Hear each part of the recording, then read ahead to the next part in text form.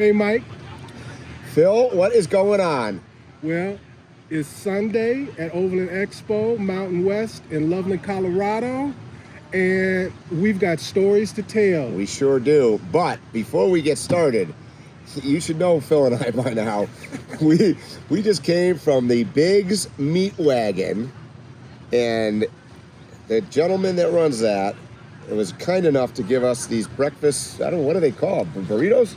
Breakfast tacos? Breakfast I don't know. I don't even know if this is actually on his menu. I don't know, but it's got a lot of bacon on it, I'll tell you that. And the reason we're going to be talking about food a lot is because that's what we do. We talk about food a lot. We love food. That's right. Yeah. But we went to their truck, yesterday or the day before, and got these grilled cheese brisket sandwiches. Wow. The cheese was delicious. The brisket, unlike a lot of other places, the brisket was cooked in that, it was barbecue brisket. Yeah. Freshly barbecued. Yeah. And it was succulent. Nice amount of fat on it. And it was on Texas toast. And let me tell you. So anyways, we're digressing. We're going to do a full podcast here for you guys. But, I think first we're going to eat. Oh, yeah. Oh, man, it's got maple in it, too. It tastes maple something. Bacon. I don't want to talk. It's delicious. Yeah. We'll see you guys in a minute. So you have a tender narrate and you love overlanding. You have plans to do it big on the trace and some super glamping. One ideas, deep news and reviews. A podcast the first rate and here just for you. You don't have to think about it. Join us and be about it. Something interesting we want to hear about it. Come on, let's talk about it. Welcome to Waypoint Overland's Random Waypoints Podcast.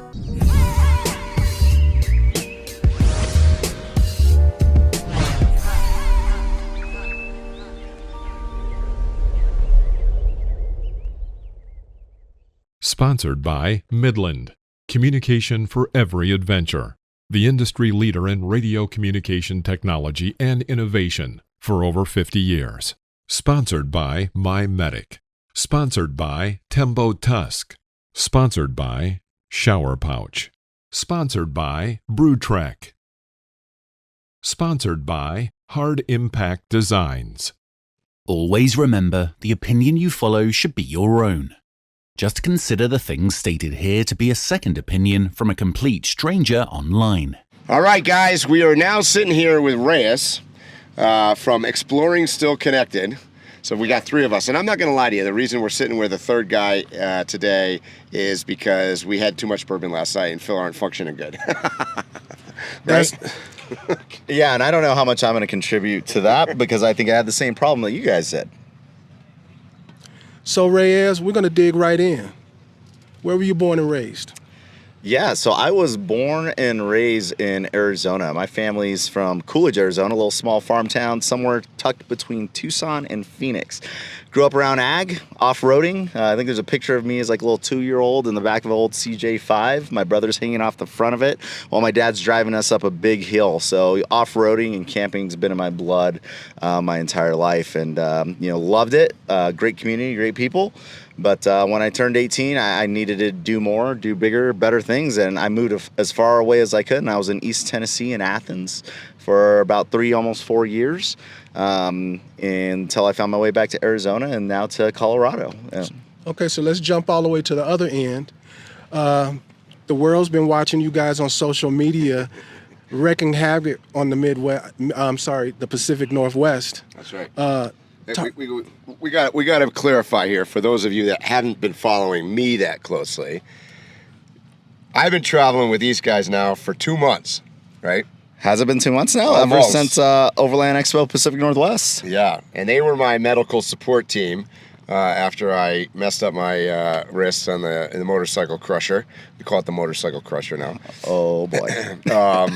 So we've been traveling together. So tell us how's that been? Don't say anything mean. Nothing mean, long story short, and I will give the long story, Mike's way too similar to Deedra, who's my wife that I've been traveling with, and they both gang up on me. I can't win an argument. I can't make a decision. I mean, we travel with two cats, and sometimes getting them to go somewhere is like herding cats. I know from experience, hey, let's leave at 8. They're like, 9, maybe? Or I'm like, how about 8? They're like, 8-ish. Next thing you know, it's usually 9. So it's been a lot of fun, though. Joking aside, Mike's been a great person to travel with. I don't think we would have been traveling for 2 months if he wasn't a good travel companion. And I think the thing that makes it really good is we like to move kind of slow.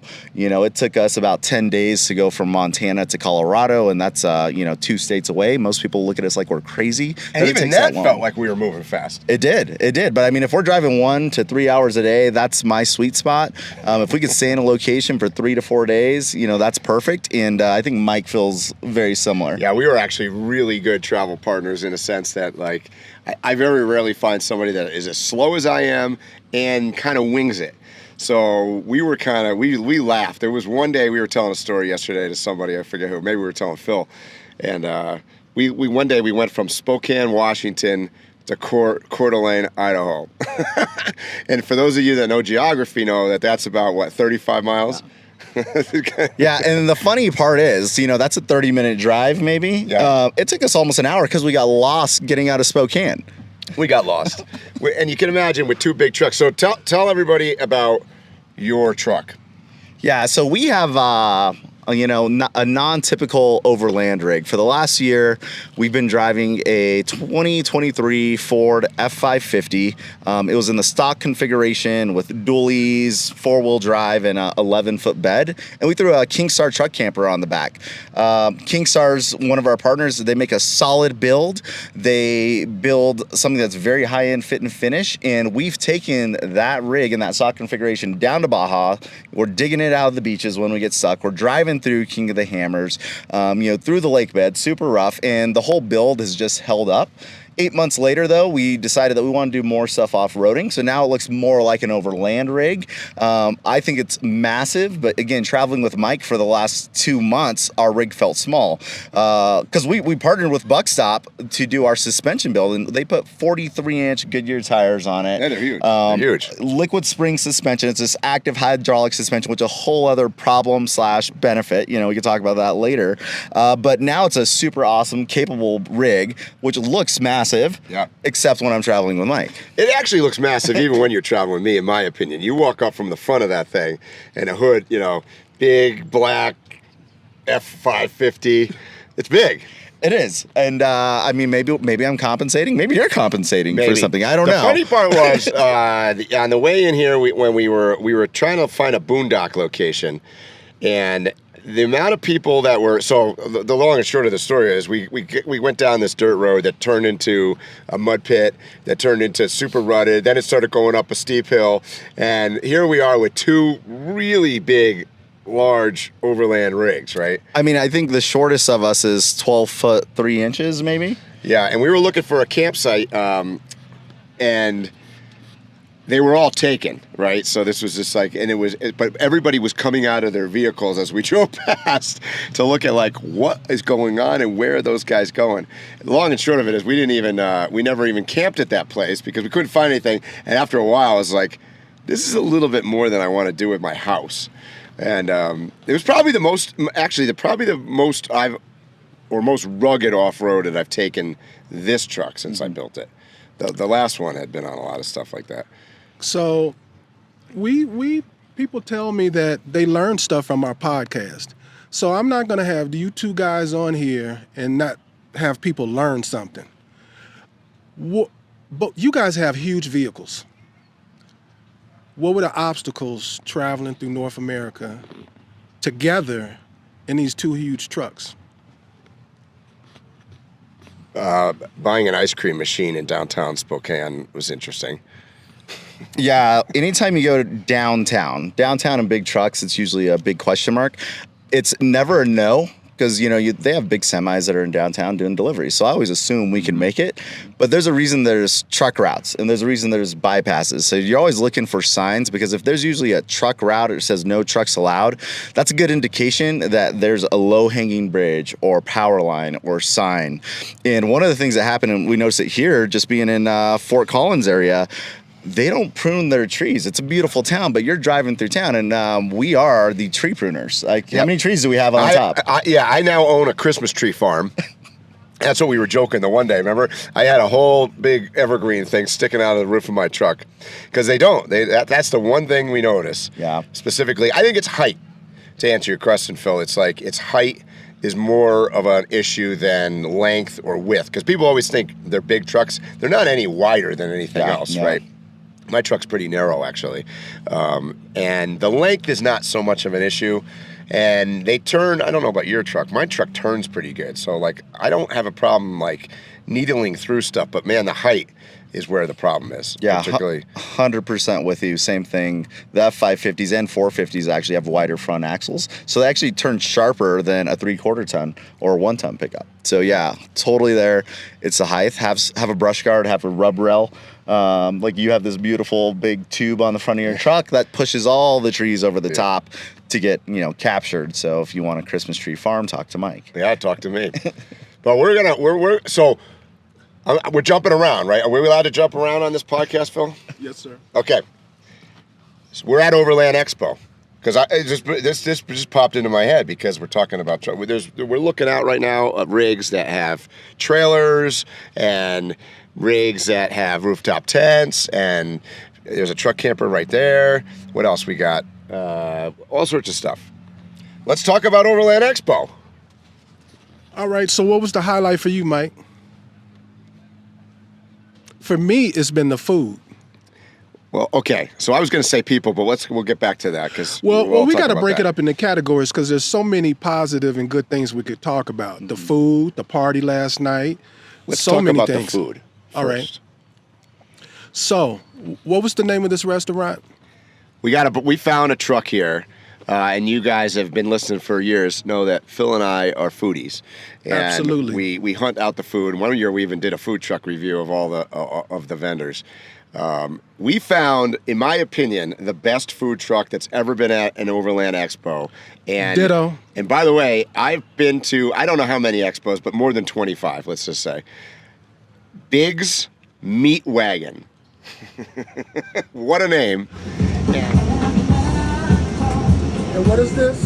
So this is our breakfast tacos. What we do is we take our tater tots, hash browns, our hot link sausage, and bacon, and then we put it on a toasted cheese slice on our fresh tortillas. And then we do a roasted garlic maple sriracha over the top. And it's ridiculous. I know what you're thinking. Maple and hot, it makes it better.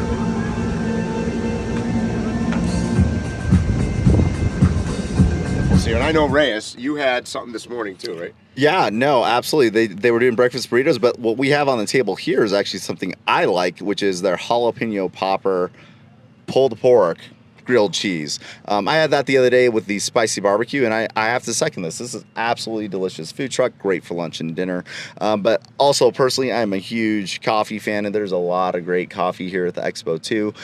So, you got to mention, if you're mentioning food, you got to mention beverages, and there's some great coffee here. There's a lot of local roasters that we recommend. I would just say get out there and taste them all, because you're going to be really impressed. So you've had the popper already? Yeah. Okay.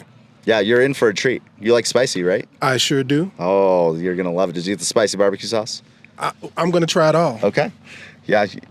Well, they try it. Phil's eating. I'm actually been eating the whole podcast, in case you guys are actually watching this. And I have the brisket grilled cheese, and it's on Texas toast. It's killer. By the way, I'd be failing to mention, the truck is a little bit more than the food even. And I apologize in advance for not knowing the owner's name.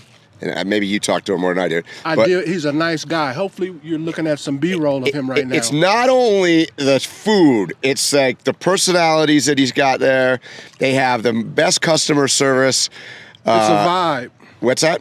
It's a vibe. It's a vibe. It's a vibe. That's what I want to say. And they put on a show because they've got the smoker right next to the setup. They've got their outfits are how do we? Is this a PG show? No, it's not a PG show. It's never been a PG show. They got some outfits that you got to have to check them out online. Go online and take a look. Put it this way: it's not just the sandwiches that are hot. There you go. Yeah, the entertainment value is very high, and even last night while we were doing the parties, they're working hard all day, all night. They started smoking, and nobody knew exactly what was going on. But I think we saw the largest plume of smoke going up, and that was from their smoker, by the way. Yeah. Everybody ran over just to check out what was happening on there, and they were just working hard so we could have a delicious meal today. I'm going over there after this to give them my card and my sticker so that they know who to contact when they want to get into all the Overland Expo. So I hope that happens. I would really like that to happen. Yeah, for sure. And I want to know if they sell swag on their website, because the T-shirts they wear and the sayings they got on them are hilarious. And I mean hilarious. So, anyways. So, Mike, I think this was one of the most well-rounded expos, period. As far as, I do this media thing, so I walk around and look at the instructors, I look at the vendors and stuff. The vendors were busy. It seemed like all of the instructors' classes were full.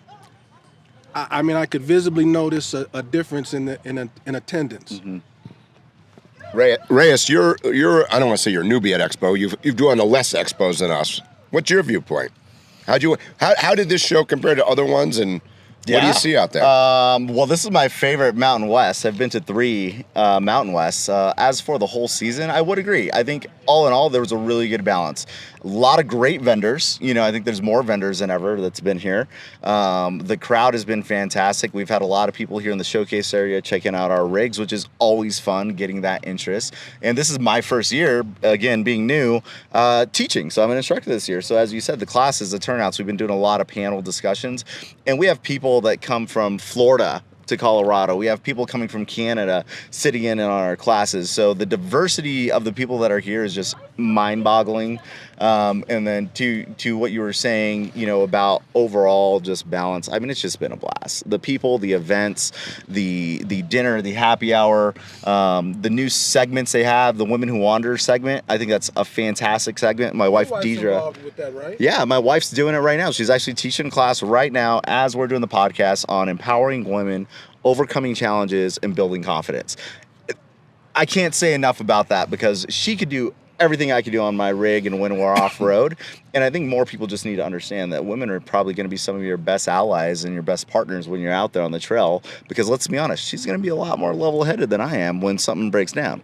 And consumers of the products that are here at the expo. Exactly. There's a lot of good brands that are targeting both the men and women market now, and I love to see it. Mm-hmm. And most of these products out here go both way, right? So I think people are aware that is a big market and a big part of their consumers, as you were saying. And I love to see them out there. Our neighbors in the showcase, we're surrounded by 2 gals, and I love to see it. And they're giving us a lot of advice and tips, and we're sharing our experience as we go. And I'd add, because I'm actually the newbie here, this is my first Colorado Overland Expo. I've never been here.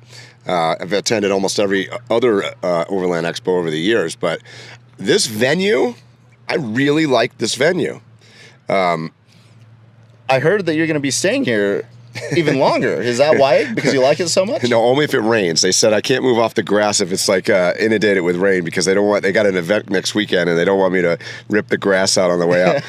But as with any venue, though, there's always some caveats and things you got to work with. But right now, the weather's been great. It's beautiful right now. It doesn't look like it's raining, but the venue is a beautiful venue right downtown here, pretty much.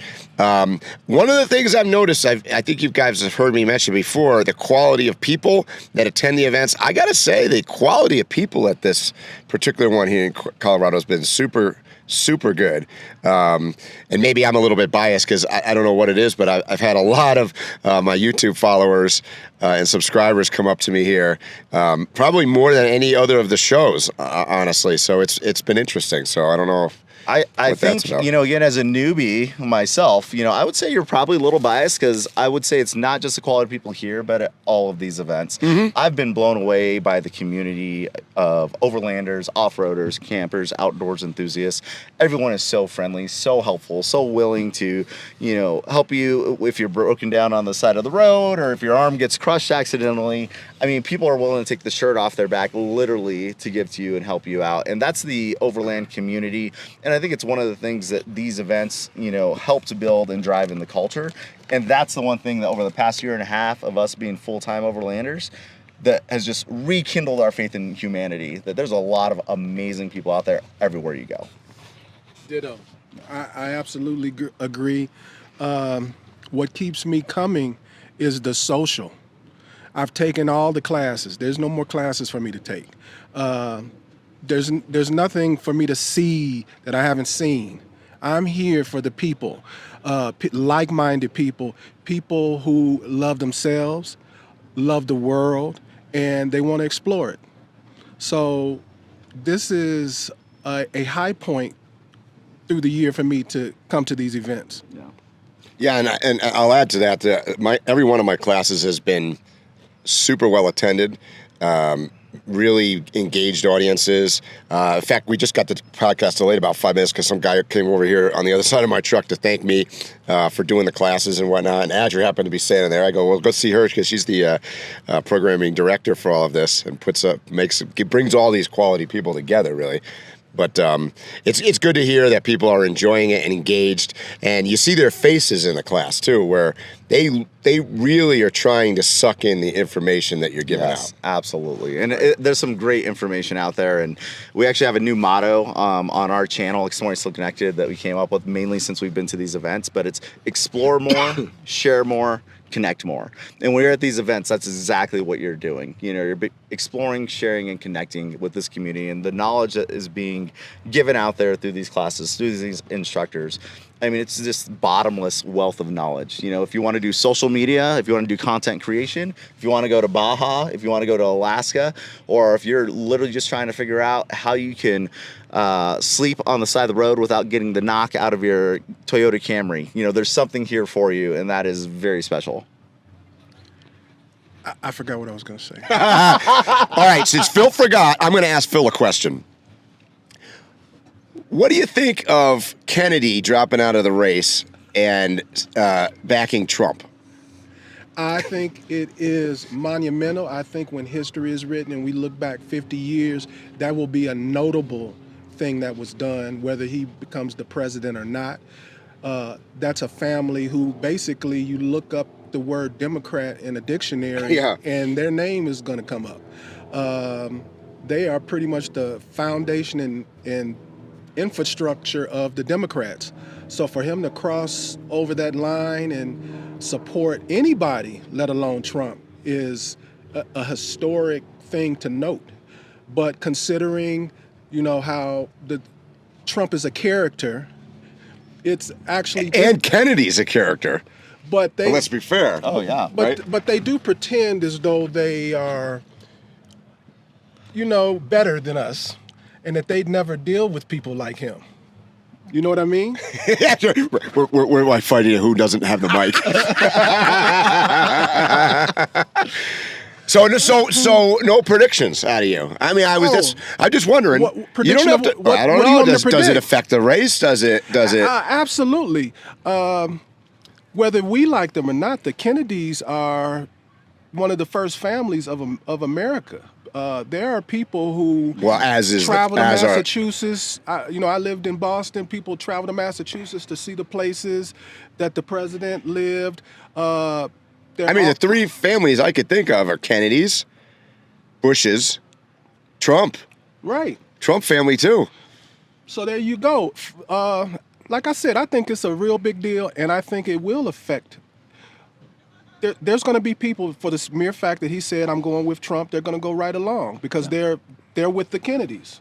Stay tuned, because we told you we're going to give you the prediction of who we're picking to win the election, but we're not there yet. We got a couple more weeks to go, I think. So, Mike, what's your prediction?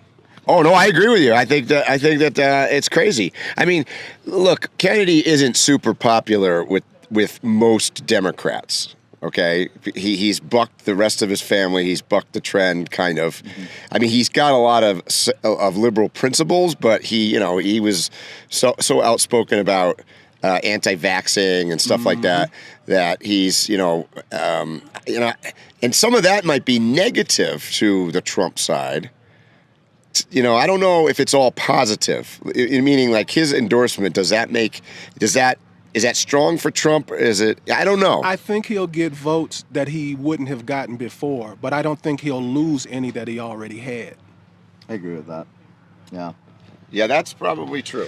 I think that's probably true. I mean, anytime you have, a big name like Kennedy endorsing someone else, I mean, it's going to drive traffic that way in some, for some reason. It's press and it's attention. And, as Trump would probably say, all attention is good attention. So that's something that we have to look at, to your point of, Kennedy kind of being more of a moderate, if you will, in the middle. I mean, I remember seeing him, and I love this, seeing the guy, working out in, downtown LA on the gym, and he's doing bench press, Yeah, he's a big proponent of working out fitness, and I'm pretty sure he's doing testosterone replacement therapy as well, which is pretty interesting, to see this old guy.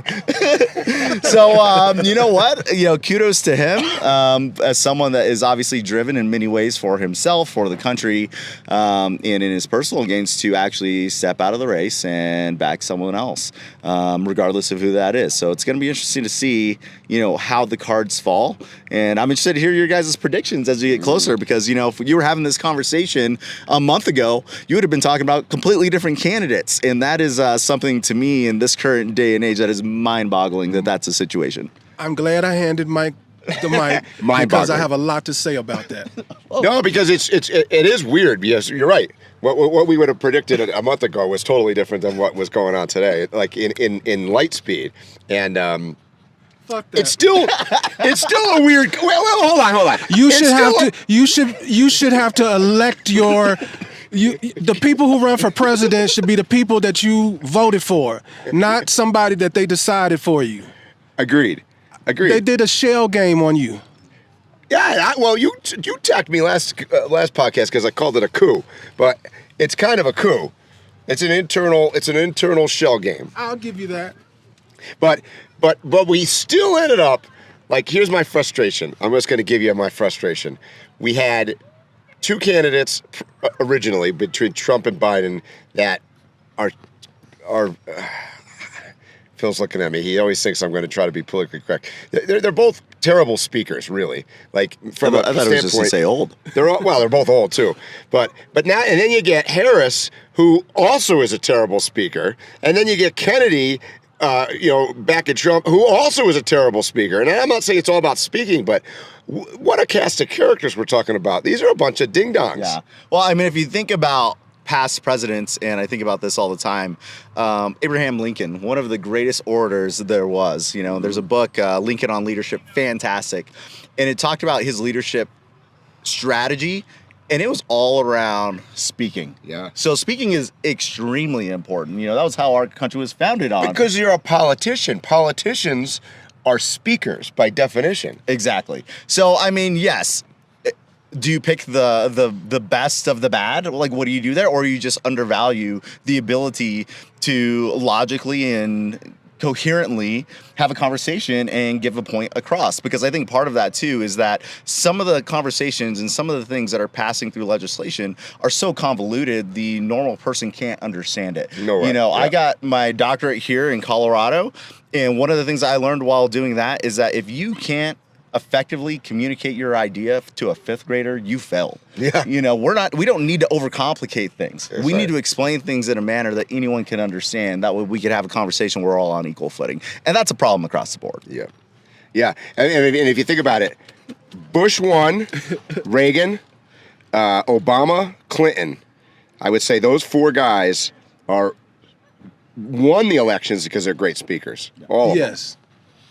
I agree with what you said about America and being able to speak. America is based off of a declaration of independence. It's about words, just like you said. I never thought about it that way. I loved hearing that. It's funny how you say, too, that you got to be to like a fifth grader or something, because I just remember back in the day when I was in Africa the first time, and we tried to get our news, and this is prior to the way we have internet now.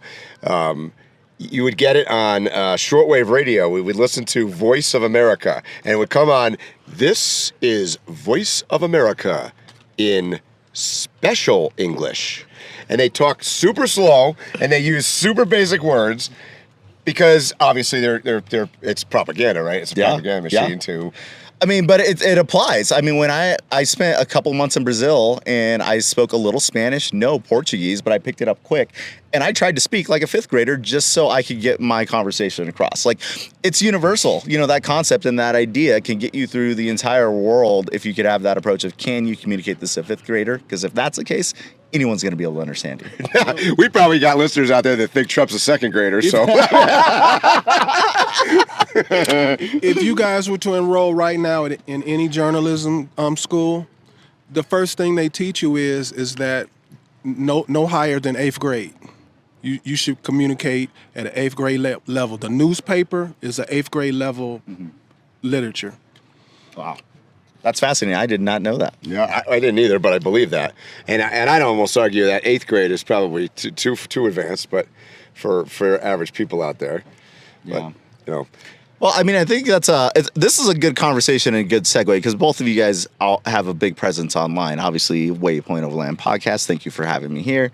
Drive the Globe. You know, you guys have this opportunity to communicate with a lot of people in this community and throughout it. How do you target your communication efforts? You know, are you looking at communicating to a 5th grader or 8th grader? What are you doing? I mean, I know you're often communicating with a turtle, so that's probably got to be somewhere close to that. Well, funny you mentioned that, because I've literally thought about pulling back on being so emphasizing on education. We talk about education a lot. Mm-hmm. So that's where my head is at. I'm always thinking about, nobody told me anything. I had to go through a lot of stuff. And then Overland Expo came along and I was starting to take classes, so then there was somewhere to learn. But you have to learn from somewhere, and I'm just trying to be another part of that education process on the inspirational educational side. So that's where I am in my social media. I always want people to be like, oh, look what he's doing. He's having a ball. I want to do that. I want, when they hear me talking, that they're hearing me talk about not how hard it is, but how easy it is, and how you should go do it. So that's my social message. Well, and from a creator standpoint, we talked about this in my creator panel yesterday. One of the things that we do through sharing videos and photos and stories and whatnot is to educate. Like, and it's one of the reasons I teach here too, because I think being a teacher is the best learning experience that you can have, right? Yeah. No, I'm 100% with you. You learn while you teach. Yes. Yep. And, I'd like to believe that the Overland crowd here is of a higher intelligence level than probably your average cross-section across America anyways. And, so that's stimulating, to listen to other people talk. Some of the questions that come in at the classes are, you almost have to pause. And when you're sitting up there on the stage, right? Yeah. And you go, let me think about that. And I got to say this. I said I don't need any more classes. There's literally dozens and dozens of classes that I could take and learn something new. I meant the basics. I've covered the basics. But so if you think you know it all, you don't know it all. There's always a new class. There's always something else for you to come here and learn. Whether it's a workshop and you guys talking about where you've gone or come from. I'll leave it at that. Yeah, and I think to that point too is, even if you do know it all, or you don't, probably know a lot, and that should be shared. And that's one of the things that like I find that we need to do more of. And again, we do it through video or social media, but that's not a very efficient way of communicating to the masses. And it's a once and done type of thing too, which for me, the way I learn, the way I think, like I'm looking at the same thing over and over again, or I'm replaying this video. How'd you take that hub off there? Oh, I missed that. Slow it down, 10x speed, half speed. And one of the things that I'm working on actually right now that will be coming is a Overland outdoor enthusiast specific community. There's a lot of those out there, Facebook Marketplace, your local things. But I want to build a community that, I'm involved in, that I could help lead, that I could help grow and shape, that it was a repository of knowledge. Yep. What's how camp cooking? We're just cooking on the Scottle. Is there a recipe of Scottle cooking there? What about how do you find trails? How do you boondock or mooch dock, in the city?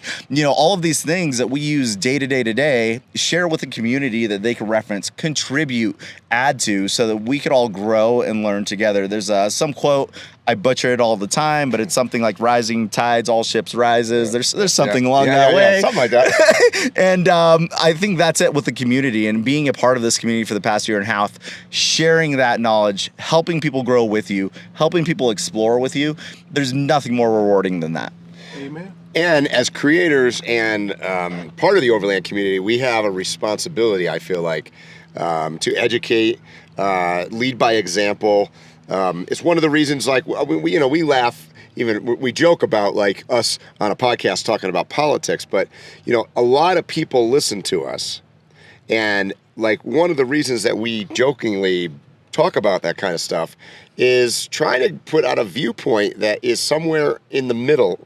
And I don't want to speak for you, Phil, but somewhere in the middle, so you can like make rational decisions, not listen to sound bites and media bullshit, and and not be just like, I'm in this corner and I'm not moving and that's the way it is. Period. End of story. The other guy's an idiot. Because I feel like I have a responsibility to put out some of my views about stuff, because I know a lot of people listen, and it's the same thing in teaching an overland class, or showing somebody how to use a winch properly, or talking about preserving the environment. Like those are all important stuff, right? Why are you laughing over here? No, I'm 100% with you on that. And I think you hit the nail on the head. It's something I'm passionate about, like regardless of your viewpoint and your perspectives. Whatever you do, as long as you thought about it and you decided on it. I think that's one of the things I notice is so many people go through their day-to-day routines without putting any thought. And it actually takes work to think about something, Yes. And if you need to actually spend time, spend energy to think about what you're doing, like hopefully it's what am I eating for dinner tonight? Because, I need to lose a few pounds and I'm trying to cut calories. Put some thought to that. I do all the time, because that is exactly what I'm doing right now. Where are we going? Where are we staying tonight? What movie do you want to watch? Like, where am I going to be a year from now or 3 years from now? Who are we voting for in this election? Like all of those things, if you're putting together the pieces, if you're doing the research, and if you're making a choice that is defined by something that you came up with based on other information, we're going to be in a better world. And we just see more people do that. And that's the connection. I think Phil just handed me a microphone. I don't know why.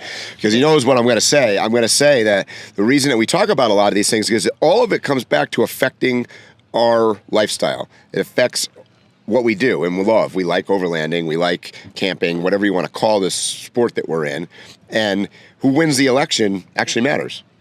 Well, when you said you didn't know whether I was seeking the middle or not, I do. You were correct in that. The reality is we have not revealed who we favor or who we like, and you're probably wrong about me. So I'm not. I know who Phil supports. He's voting the Expedition Turtle. Oh, yeah. No, but all joking. We haven't really given our opinions that much. We've just kind of stated the facts. Yeah, it's the facts. And write into us if you disagree with our facts. But, like when I say that none of them could speak, if you disagree with that, I don't know. I don't know what you're listening to. Do some fact checking. I believe it. Yeah. Yeah.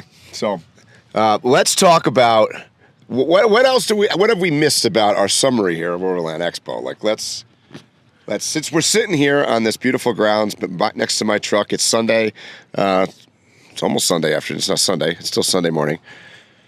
Well, I think the highlight was Saturday night. And I'm not just saying it because we had a bomb-ass party. We did. And if you weren't here, you missed something. Everybody was there. Before we get there, we had the guy from Hey, yeah. So talk about it, Mike. He came to your truck. He didn't come to mine. He did come to, Damon John came by, right? Yeah. From Shark Tank. He actually ended up, I don't know, I think he was less interested in my truck and more interested in the Expedition turtle because he spent about a half an hour over there videoing with the turtle. Yeah, he was playing with a little girl in the thing with the turtle. It was blowing my mind. And he came over with the execs from Dometic, so that was kind of a cool experience. You just never know who you're going to run into walking around Overland Expo, right? Right. So after that, the evening, 5 o'clock started happy hour. And I think that was I had so many people come up to me thanking me and saying, I had a great time, and I ate it all up. Yes, absolutely. And a shout out while we're on to Reyes here and his wife Deedra for cooking. And who else? We had a couple other cooks. Jerry from Timbo Tuss was over. How did I forget Jerry?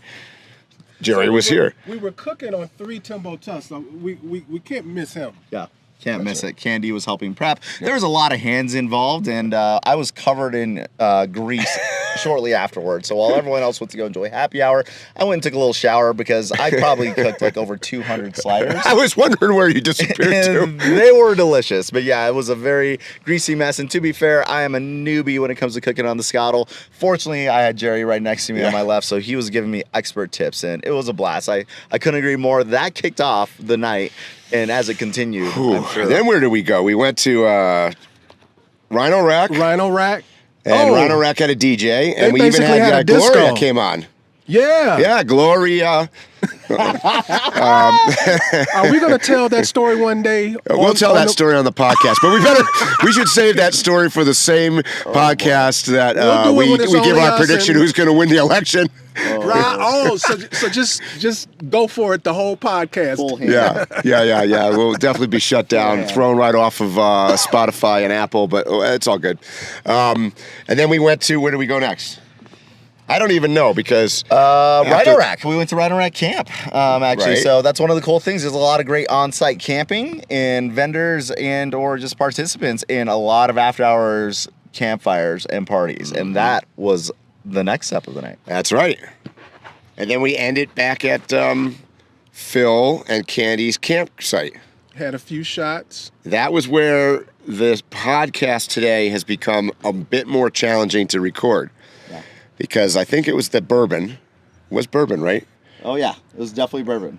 Was it Turtle Whistle Pig? Pig? Whistle Pig. Turtle Pig. They unfortunately, it was a lot of bourbon. There was also some Old Elk rye. That was delicious. Oh, yeah. And then we tried to wake up Michael, who was sleeping in his hammock thing. From Hard Impact Designs. Right, Michael Davis. Yeah, Michael Davis. He was, I think I was at one point trying to push it, make him into a swing. He had his hammock attached to his truck, and it was swung over to mine. Yeah. And when we got there, you didn't even know it was him. Yeah, I was going to cut it until he said something, and I knew it was him. Morning. So, guys, if you're not catching on, it's a ball to come to Overland Expo. It's a ball. Whether you're tuned in for education, the education is a ball. These guys are characters. These are the guys you're going to see in the classes. The party is always good. Yep. And then there was so much going on yesterday with the women that wander, and the night before you guys went to the moto party. The moto party was fantastic. We had Dump Truck emceeing, and that guy is a hoot. He's not an Eva, but he is fantastic. And you miss out on that because that guy was getting people to do headstands. We were having people run all the way around, and the moto party was a really good time. It was my first time there. Looking forward to the next one. Definitely. We were over at the Rhino Rack party. Yep. But while that was going on, they were having the raffle going, and it was jam-packed. Yep. Yes. Yep. So if you haven't gotten to Overland Expo ever, it's definitely worth getting to. And, for lack of better reasons, just come on down and you'll be able to meet the expedition turtle. So I think you guys are still hanging out. So this is a question for both of you all. What's next after this? For us, we will probably be in the Colorado area for the next couple weeks. Try to get some high altitude because it's hot down here. And then we are doing a short work vacation to Austin here mid-September. And I don't know if we're driving or flying. There's not much in between for us on the road trip, so it might be a flight, and that's also going to be my 40th birthday. So if you guys are in Austin or if anyone's going to be around there, reach out to me. We'll be bringing in my 40th birthday down there. That's going to be a blast. And then after that, I think we're going to work down to Moab, Utah for November. They do the Turkey Boogie. We do a lot of aerial cinematography. The Turkey Boogie is probably one of the largest base jumping events in the world. Base jumpers from all over the world show up en masse to Moab for Thanksgiving, and they're jumping off every exit point possible. It is insane to see, and we'll be out there filming. So we'll be doing that for a while. And my general plan, we're breaking up. Like, we've been traveling for 2 months, so it's our breakup point here. I'm planning on basically leaving here and heading down towards Mexico, going down towards Baja. And I am engaged in a Spanish language immersion class. And that's why I'm going down, because people might be like, why, Mike, are you going to go down to Baja in the hurricane season when nobody's there? And that's the reason we're going to go down. A couple friends of mine, Kevin and Brenda, are going to go as well. And we're going to check ourselves in for like a month, and maybe even 2 months if we have to, and try to become extremely fluent in Espanol. So we are prepared for more travels down the Pan American Highway, really. That's kind of the goal. Looking forward to that, and I think that's part of our trip, extended. We think in years now, not necessarily weeks of travel, but this next year, 2025, is going to be a big one for us. In January, we're going to work down to Baja, catch up with Mike again. We have some big build updates to our rig coming along that should be showcased and highlighted then, and then the idea is to work all the way north from there to ultimately end up in Dead Horse, Alaska, in the Arctic Circle. So we're going from the southern tip of Baja to the northernmost tip of America and Alaska in the Arctic Circle, and that's all going to be over the course of winter, summer, fall 2025. So a lot, and I'm sure I'll run into a bunch of you guys that are listening down in Baja, and I met some new people here at Expo that are going to stop by and say hi when they come down, because there's a bunch of people that were in our Baja class the other day that, sucking up knowledge to go head south of the border. So a lot of exciting stuff. Okay, I don't know why people ask me this, Mike, but I'm asking you for the people. How's your hand doing? It's you guys can just contact him, right? or my doctor. No, it's I'm not that kind of doctor. I know. I can grip, I can move it, I can ride the moto again. I cannot feel either of these two middle fingers or the middle of my hand. So we're getting there. It's getting better. And it's still swollen, guys. If you look at it, it looks like, how we all used to wear those sweatbands around our wrists. That's what his forearm looks like now. He's got a permanent sweatband. So once that swelling goes down, hopefully he gets that feeling back. Yeah, so we'll see. You've been riding your bike, so it's not... I can ride the moto, yeah. So I can definitely ride the moto. That's all anybody cares about. That's pretty much all I was like, I need to be able to ride that moto. And we're working with the company that... builds the moto loaders to put some safety devices into it and tweak some things on it. So it's a learning. We're trying to turn it into a learning experience. So, Mike, I think it's time for us to talk about who won Rig of Camp. Rig of Camp. So this is for those of you that aren't familiar with this, one of the coolest things about Expo isn't even like here in the showcase or in the vendor area. It's actually out, we used to call it the Gen Pop area, right? Out in the camping area. And Phil spends a lot of time and effort to walk everywhere around Expo, right? I walked the complete camp. And what do you choose? How do you choose this? So it's wherever my heart goes. It's not necessarily the biggest rig or the smallest rig or the most technically put together rig. It's the one that touches my soul. That's it. And that may come in different forms at different expos.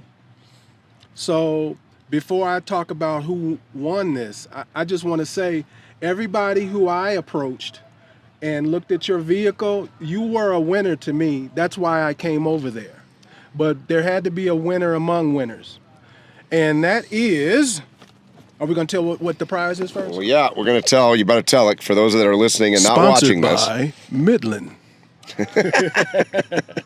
Sponsored by Midland. So what do we got here?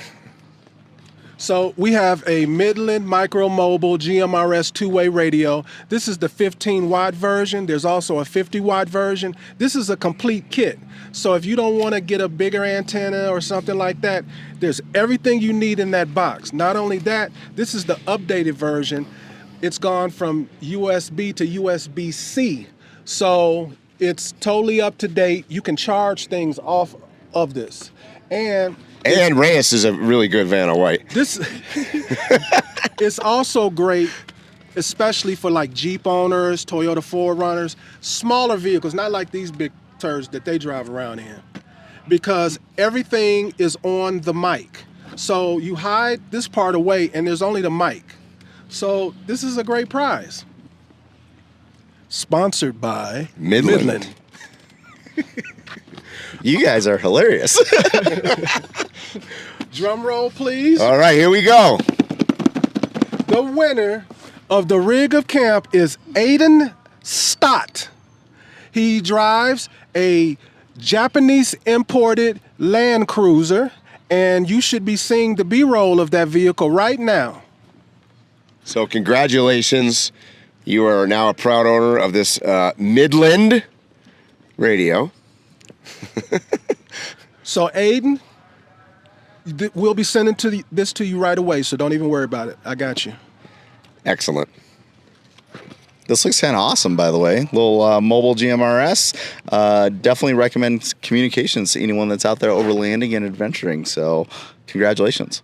Yeah, and actually, let's talk about that for 1 minute. We obviously traveling for the last 2 months. Communication on the road is super important, particularly when you're in a caravan, right? And on the motos, how much has it changed moto life there, right? Complete game changer. Now, instead of getting punched in the kidney from my backpack, Deedra, she actually tells me she needs to stop to use the restroom or something. But yeah, communication has been essential. The only thing I have to recommend is after you go to Polebridge and you have a couple beers at the little dive bar there, and then you put your helmet on, and I was like, and I had these guys cracking up because I'm like half up chucking my beer in the helmet. And yeah, he forgot that we could hear everything. I was like, yeah, maybe use the mute function, but no, they changed the game. And, we had many situations where it saved the day. I mean, just a good example right there at Polebridge. We left because we were pretty excited to go on this trail. We were so excited we forgot our backpack with, $5,000 of camera gear at the saloon. So fortunately, somebody remembered. But it's Polebridge, Montana, so it probably would have been still sitting on the same place 4 days later. Yeah, but communication's been huge on the convoy. Again, we usually travel solo, so this was the first time we traveled extensively with someone. Yeah. We had some ham radios, GMRS radios that we're using to communicate, within line of sight, and it was great to just, either comment on the views, talk about, the cars passing us, letting people know we need DEF or fuel. I gotta pee, etc. And they're great for that. So, I would not underestimate the value of communication, and it's a great safety feature as well. Plus, we actually traveled through some places where, Polebridge and northern Montana, as an example, that I was familiar with, and those guys were not. So I could kind of be the tour guide. And then likewise, when we came into Colorado, I had never been down 14 or whatever coming into. Through Steamboat and then coming down this way. So you guys Cash La Pooter. The what? Cash La Pooter. The locals call it a pooter. Mike's a kid. He can't say that with a straight face, by the way. If you're not watching this, he is just laughing every time he says. Yeah. If you come to this area, definitely go visit the pooter. Yeah, it's a hidden gem. So yeah, no, being able to play tour guide, and that was it too at Glacier National Park on the motos. He was taking us to all the cool spots, pointing out all the views. I learned a lot. Again, sharing the knowledge he had, that education, tying it back to what we discussed earlier. Having communication like what Midland's providing is going to increase your ability to communicate, to educate, and to get out there and experience this beautiful world we're in. Beautiful. Question for the two of you. You did Glacier, so I'm sure you had to do the reservation and everything. Is there any differences for the bikes? Is it a different experience for the bikes versus a vehicle? For the national park, you mean? No, it's the same thing. You still need your park pass to get in with the bike, and yes, the reservation system to do going to the Sun Road. You still need the reservation. So for those of that looking to do that road, you have to go on at 7 p.m. the night before. That's as early as you can book it. Well, you could have booked it, back in whenever, January. Yeah, at 7 p.m. So, Mountain Standard Time. Mountain Standard Time, right? And you can book it, and then I don't know how many. There's more slots than. Let me say this. No, let me just say it the way I think. There's more slots sold than there should be, and this is my opinion, And I jokingly I think said to Reyes, they should just charge more money. But then we get back to what Phil and I talk about on the podcast, where it's sort of like discriminating against people, and they were charging for public land, right? Yeah. But I feel like it's crowded in there. Although the day that we went, it wasn't that bad. Yeah, I think we caught the end of the season or near the end of the season, and we had a beautiful, beautiful road trip through there.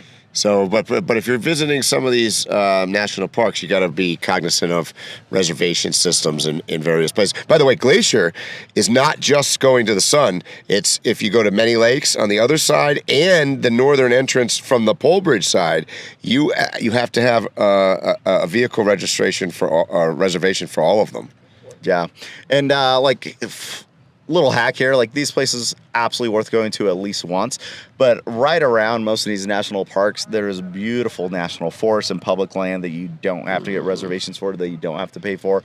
Hop on Google Maps, Google Earth, zoom out a little bit from the park, and you'd find a lot of hidden gems just a couple miles down the road that people don't go to. So if you get tired of the crowds, if you can't get in or get a spot, your trip's not ruined. There's a lot of great country to explore in areas just right down the road. Well, there's a good example of this is like, I've had my property up there and I've never taken the road from Pole Bridge to Whitefish, the cut through road that goes through the national forest.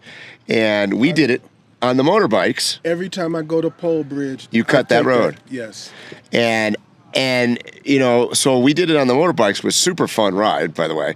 And there was numerous amounts of boondock camping out there, right? Yeah. Did you come out the other end? We came into Pole Bridge and then left from Pole Bridge and came out at the north side of Whitefish Lake. Yeah. Right? I mean, and that's an example. You don't need a reservation for that. Yeah. I mean, definitely worth it. It was dry-ish. Well, it poured. It poured. It dumped on us, and I'm new. We just picked up the motorbike during our 2 months of travel. So this is a new addition to our expedition rig. So I didn't have proper riding attire. So I was definitely getting a little moist, if you will.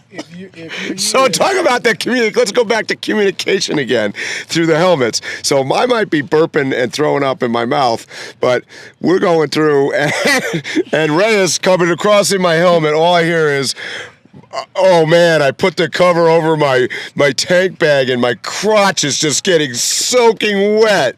I go, oh boy, TMI. TMI. Sorry about that, guys, but it was real. It was true. I mean, you guys could all picture a tank bag in front of you. Your legs are wrapped around it, and now you have this waterproof membrane on top of it. What do you think's gonna happen? Yeah. I didn't think about it, but you know what? It was basically a funnel right to my crotch. So I was a little moist for that. But you know what? It was great. It was beautiful. It made the dirt fantastic. I call that hero dirt from the mountain biking world. Yeah. Very tacky.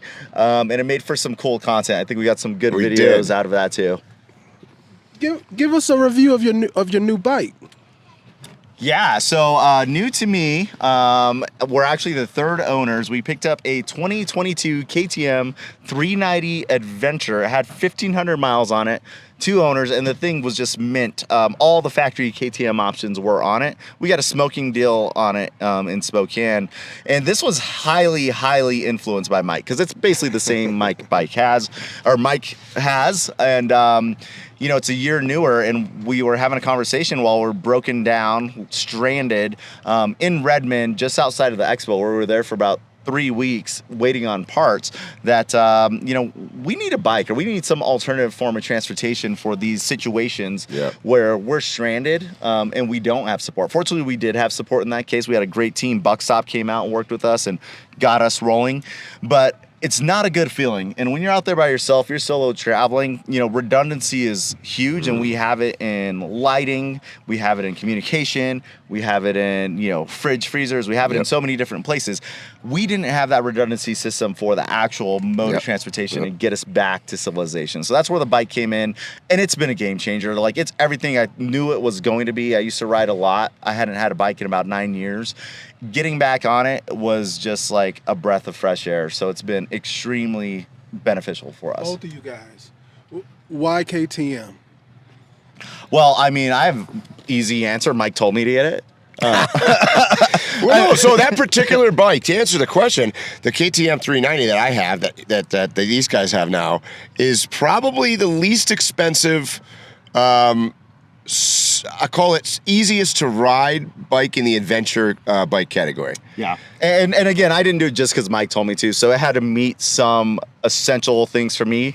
First and foremost was being able to ride 2 up, you know, me and Deedra, because we both needed to get out of there. It needed to be small enough or maneuverable enough for Deedra to learn how to ride. She's not an experienced rider, and it only weighs like 380 pounds, and it's relatively easy to approach. And then 3, so 4 reasons. And 3, it needed to carry additional gear for us, you know, in case we had to get somewhere or do recovery or something along those lines, we could bring the supplies to us. And then 4, it had to have a range of greater than 100 miles, because quite often we are 100 miles in the backwoods from people and places. And I love e-bikes. I want an e-bike. My friend just got the new Stark Vargan. It's amazing, but it doesn't check those boxes that we needed. And that's the problem for full-time nomads. E-bikes, even the best ones, are challenging because we've got to be able to charge, and you know it's sometimes even a challenge to be able to charge the vehicle and all your systems, solar on board, without an additional huge gigantic battery, and then the range on them is a problem. So, unfortunately, still gas is the way to go. I've ridden Jerry's Syrian. Yeah, the Suron. The thing I like about the e-bike is you can ride through the forest in silence. Yes, that is true. And that bike is, you know, super capable, fast as hell, but you're going to struggle with 2 things there: the range and the charging of it.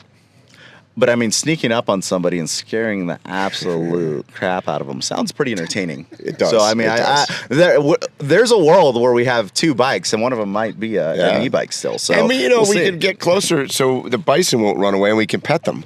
Exactly.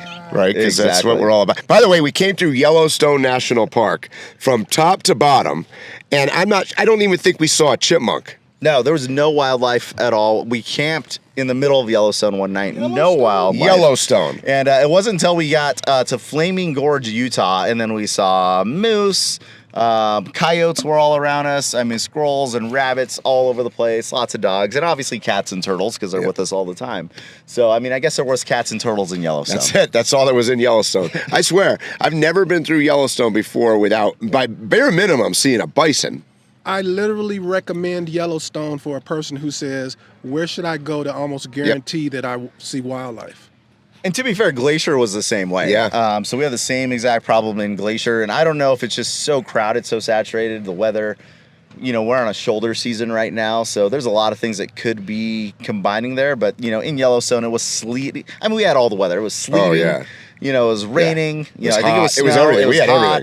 everything. We had all the different climates happen over the course of like 2 days, you know, or 36 hours realistically.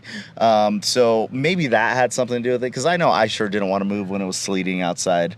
I just want to stay in the camper and curl up. Somebody told me the other day, I guess I didn't, maybe I knew this, but I didn't think about it, was that they actually move the bison around in Yellowstone. Yeah. Did you know that? Mm-hmm. Yeah, they I don't know how they do that, but they herd them somehow. But they have more than one herd. They've got at least a dozen herds. A lot, yeah. So that's amazing that you guys didn't see anything. Nope. And for those wondering about the what's the name of the thing that blew up in Yellowstone? Biscuit Bottom? Biscuit Bottom, No. Biscuit Ridge, Biscuit something, Biscuit. There was a geyser Frenchie. that blew up. The geyser that blew up. We drove by there. So if you're worried about not being able to see geysers or hot springs or whatever through Yellowstone, that's not the case. And we drove by the Biscuit, and all it had was like one little cone blocking the little thing. You could still sit on the road and see it. It was fascinating. Yeah, it was funny. I was like, wow, that's when they said we're closed for the season. Oh yeah, they made it. They pulled out all stops and put out a cone. Awesome. Well, getting back to the education aspect, I have a class I have Yes, to he go prep does. for. I'm about to teach aerial cinematography while on the trail. So I do have to step away. It's been a lot of fun being on this podcast with you gentlemen. Thank you for having me. And I'm definitely looking forward to all the future podcasts and hearing your stances, as well as the story around Gloria in upcoming episodes. Oh yeah, that's the most important. Well, thanks Reyes. Thanks for joining us today. And you can run. Just go run. We're going to wrap it up ourselves. All right, guys, you know what I'm going to say. Stay safe, tread lightly, and hopefully we'll see you here or on the trail soon. You have been listening to Waypoint Overland's Random Waypoints. Like, subscribe, and stay tuned for more.